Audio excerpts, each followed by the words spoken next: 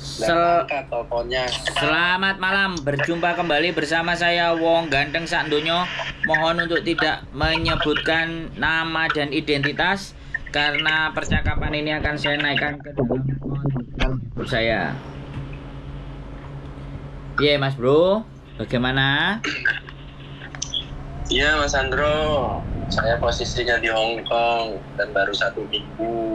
Dan ternyata saya tertipu job tentang Hong Kong Mas Andro. Oke. Terus ya selama 1 minggu saya hanya di bahasa training sana sini, terus belum mendapatkan uang juga selama training. Terus belum ada kepastian apakah saya menjadi pekerja tetap atau tidak. Artinya saya bingung maksudnya mau gimana dan seperti apa. Terus saya sebenarnya telepon Mas Andro itu mau minta saran, ini harusnya baiknya gimana. Gitu aja. Sampai ya karena memang saya buta Hongkong tanpa nggak tahu bahasa dan saya harus bicara apa lagi selain saya mengungkapkan kalau saya ya itu ketipu job Hongkong. Saya boleh nanya apa namanya alurnya sampai ke Hongkong itu kayak gimana dan seperti apa? Ya pertama informasi ini dapatnya dari kawan gitu. Karena memang kita kan butuh pekerjaan. Terus kawan dioper lagi ke seseorang yang mana itu tadi dia membicarakan tentang pekerjaan di Hong Kong, terus di Hong Kong gajinya besar, terus tempat tinggalnya ada, gitu kan. Pada akhirnya apa yang disampaikan semuanya itu ya hanya sebuah jualan produk. Dan kita berangkat ke sini itu tidak dengan biaya sedikit gitu, hampir 50 juta sampai ke Hong Kong. Dan sampai sini ya itu artinya tidak ada pekerjaan tetap, melainkan dicari-carikan dulu dioper sana sini, dan itu juga nggak pasti apakah kita diterima atau tidak. Dan sementara selama itu sudah seminggu di sini tuh informasi tentang ya itu tadi resiko kalau nanti ketangkap ini dan itu ya membuat ngeper juga kan. Artinya kita niat berangkat itu memang bener gitu kan, kita sampai utang sana sini, kita sampai sini malah demikian. Kita bingungnya ya kita nggak bisa mengerti bahasa, nggak bisa percakapan bahasa, jalan juga harus kita hafal-hafalin.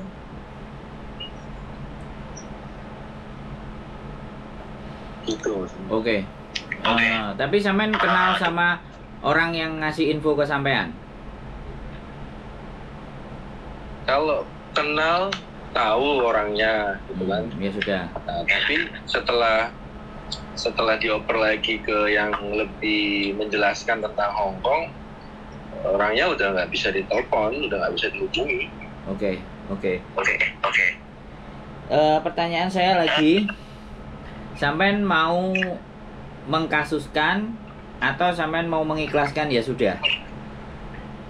Atau sebentar, ya. Pilihannya ada 3 kalau enggak banyak. Kalau sama saya pilihannya banyak. Yang pertama sampean mau mengkasuskan atau melaporkan. Terus yang kedua, apakah sampean mau bertahan dan lanjut mengikhlaskan, kemudian sampean cari jalan lain untuk bertahan hidup di Hong Kong, atau sampean menyerahkan diri ke KJRI?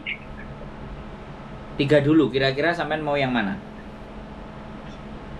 Kalau secara pribadi, Mas Hendro, saya ini kan orang kampung, orang nggak punya ya, orang nggak paham tentang ini dan itu. Terus yang mana ya itu tadi dikembalikan, saya berpikirnya tentang gimana caranya saya mengembalikan biaya yang sudah saya keluarkan karena itu pinjem gitu kan. Ya mungkin kalau pilihan pribadi saya untuk sementara, jika misalnya memang Allah mengizinkan untuk tidak ketangkap gitu, saya bertahan sampai saya menyelesaikan hutang saya di Indonesia. Setelah itu saya menyerahkan diri dan pulang, karena terus terang saya nggak betah dengan sistem seperti ini. Artinya sampean sudah merelakan uang yang sampean keluarkan itu dimakan sama mereka dengan baik dan tenang kan? Ya karena kalau ibaratnya saya mengambil resiko untuk melaporkan, itu tadi, apa jaminan saya dilindungi, baik saya dan keluarga, karena kan ini mata rantai. Mereka sudah menjadikan diri mereka itu seorang mafia, itu tadi, keberangkatan ilegal. Nah, berarti kan sampean nggak berani melawan dong.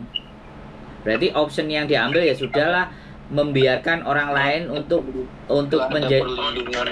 Ini kalau ada perlindungan secara sah dan meyakinkan, kalau misalnya memang harus ditelusuri dari bawah sampai akarnya, mungkin saya bersedia.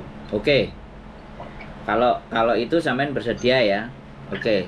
Iya kan, ada jaminan pasti gitu kan, karena kan pasti ini kan berdampak. Gak mungkin kalau nggak berdampak.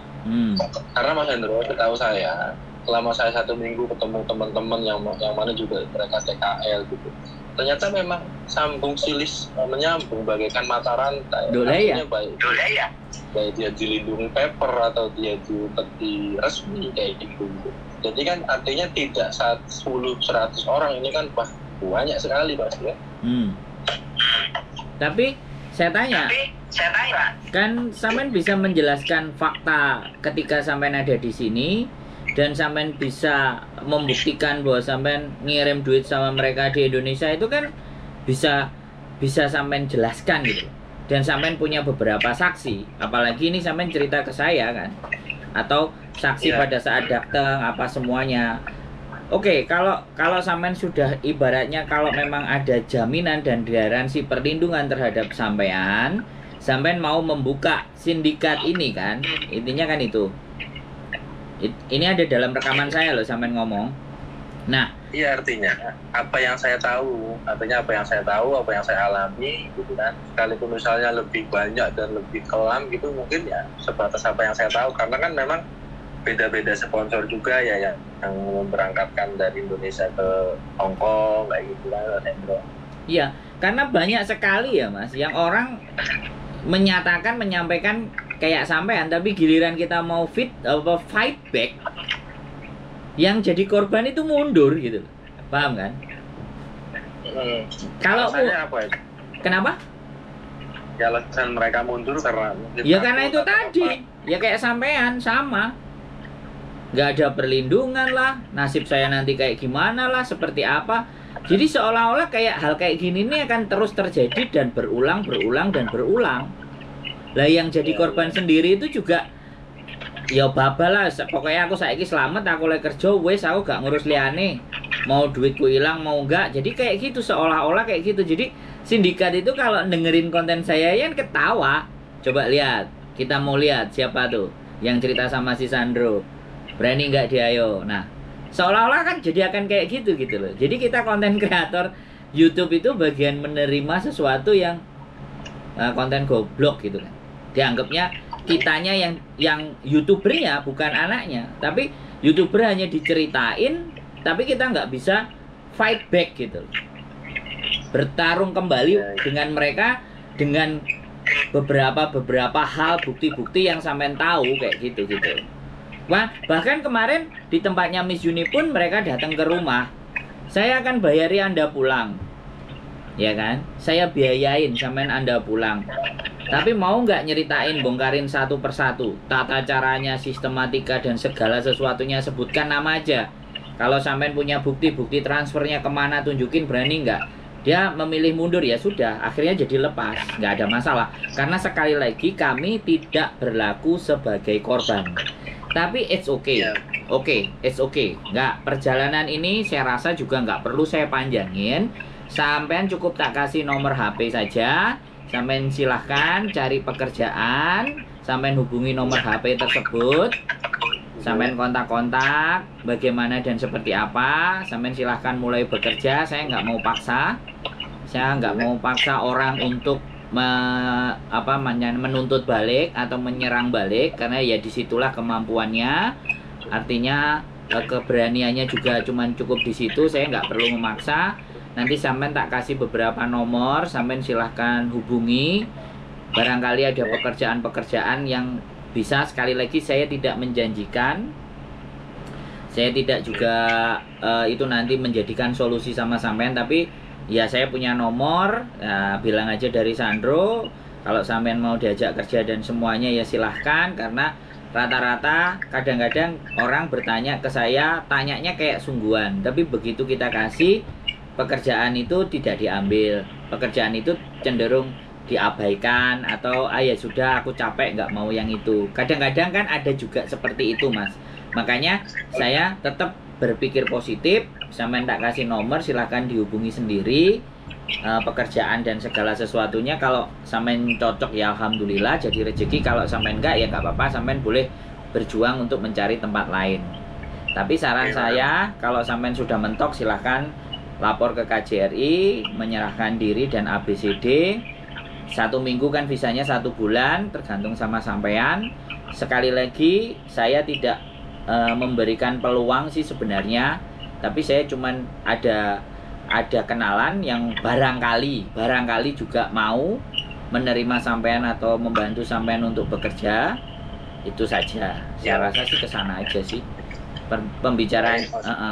Pembicaraan ini kan nggak perlu kita tambahin lagi, karena wong maunya sampean ada nggak kerjaan, fokusnya kan ke kerjaan. Sedangkan fokus saya sebenarnya jauh lebih besar dari sindikat ini. Dari 2015 sampai 2016 itu selalu akan kayak gini, dan setiap laki-laki akan mengatakan bahwa saya korban penipuan, tapi giliran diajak nuntut balik semuanya mental, semuanya nggak berani. Jadi memang ya sengaja memang saya nggak ngerti apakah itu sebagai faktor kesengajaan, dan ya nggak apa-apa lah, yang penting berangkat dulu di sana, nanti di sana cari-cari seperti apa. Nah kan begitu tuh anggapan kami. Begitu. Boleh pesan nggak buat teman-teman yang ibaratnya calon-calon yang mau berangkat, biar mereka tuh tak jadi berangkat? Soalnya gini, kekuatan kita konten cuma 2 orang, view kita juga nggak banyak, ya kan? Sedangkan dia masif. Kemudian yang sudah sampai di Hong Kong, teman-temannya mereka itu sudah langsung nge-share job-jobnya. Sedangkan job-jobnya mereka dapat itu kan kita nggak ngerti dari mana. Akhirnya kesempatan menipu mereka juga jauh lebih besar gitu loh.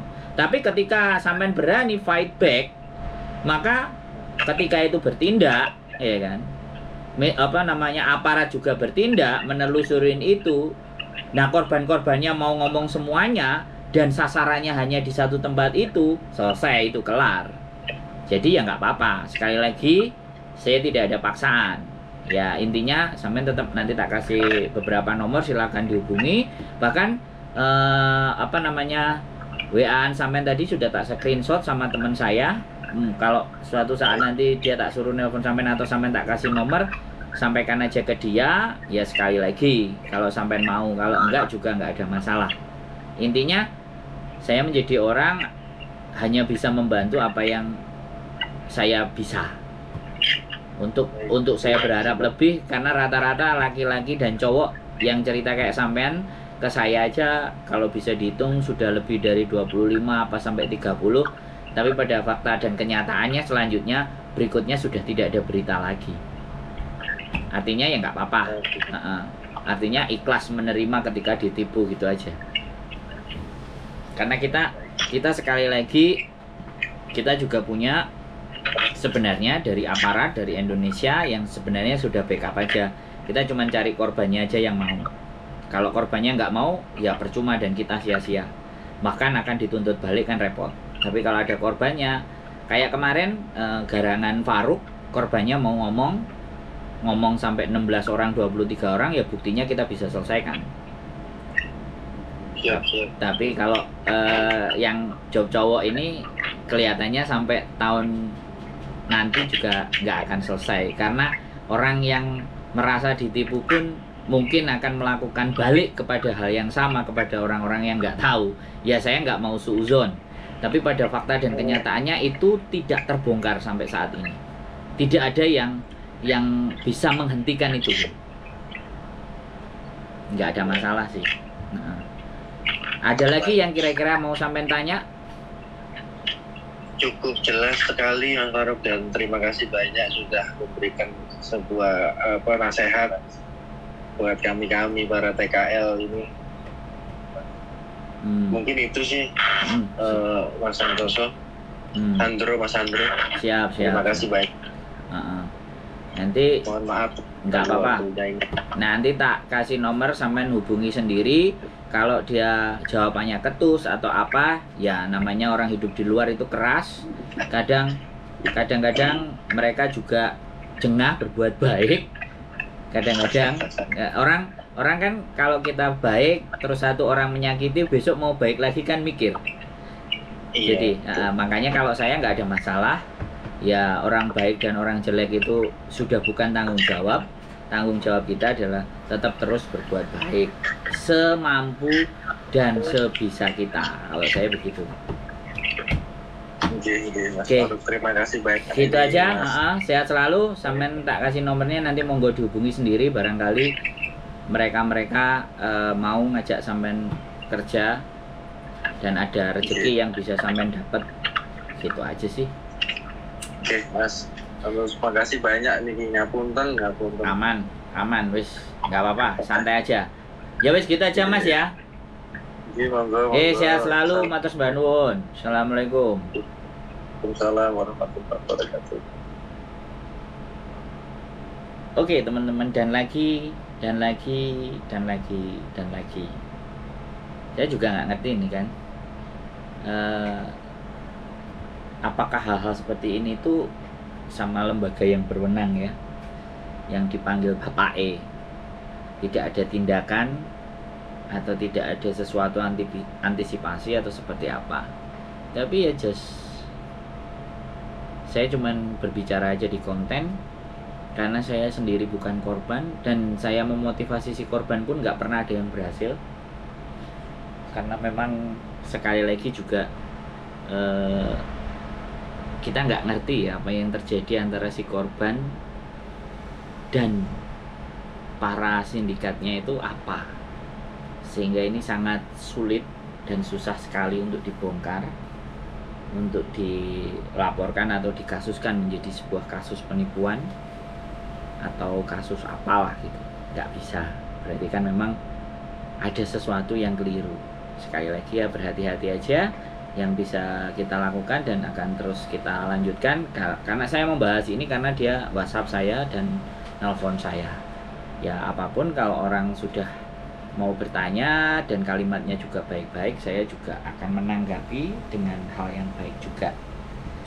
Gak ada masalah, gitu aja. Yang penting semoga teman-teman semuanya bisa tahu bahwa beton ini luar biasa. Sekali lagi, keep stay tune my YouTube channel and see you next video. Bye bye.